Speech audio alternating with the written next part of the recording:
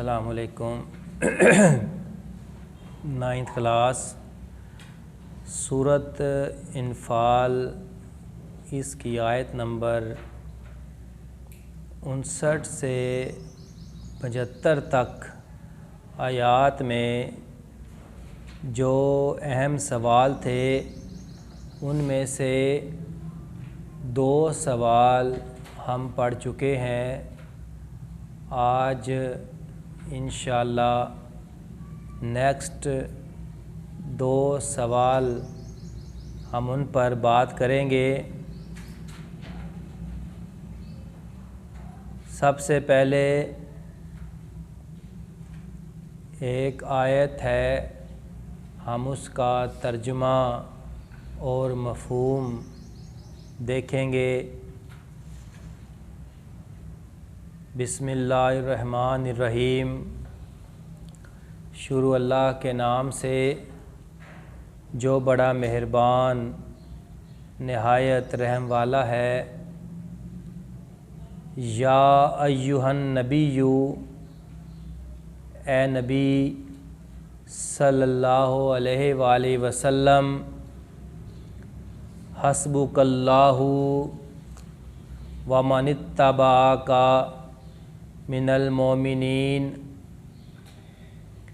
آپ کے لیے اور آپ کے پیروکاروں کے لیے اللہ کافی ہے۔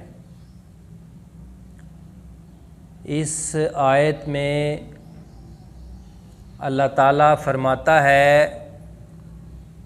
کہ اے نبی، آپ کے لیے اور آپ کے پیروکار مومنین کے لیے اللہ تعالیٰ کافی ہے۔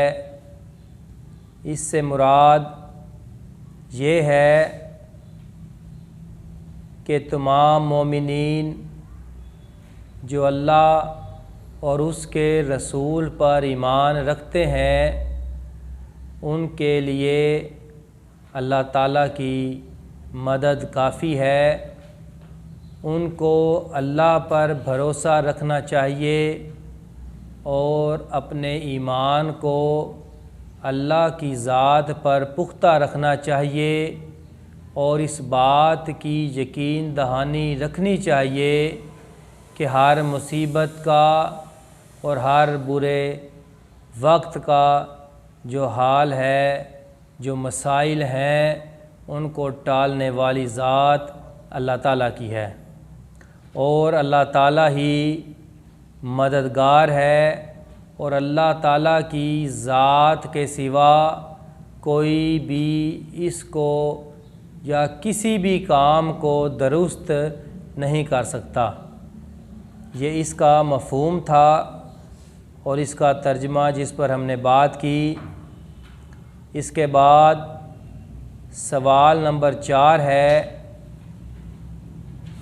اللہ تعالیٰ نے مسلمانوں کو جہاد پر ابھارنے کے لیے کیا ترغیب دی؟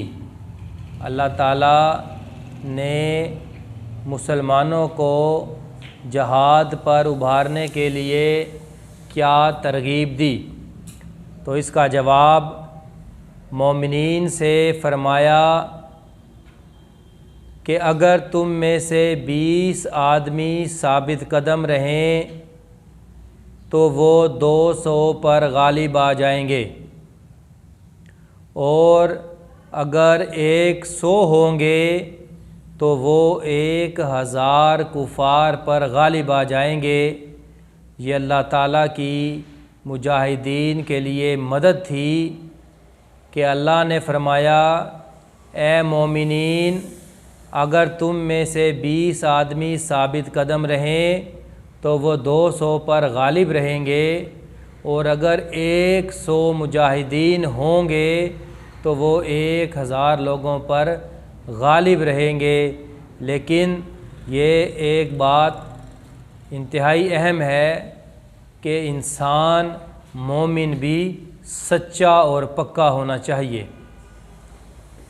یہ 2 سوال تھے، ان پر ہم نے آج بات کی۔ ان آیات میں 2 سوال اور باقی ہیں، انشاءاللہ ہم ان سوالات پر اگلے لیکچر میں بات کریں گے۔ اللہ حافظ۔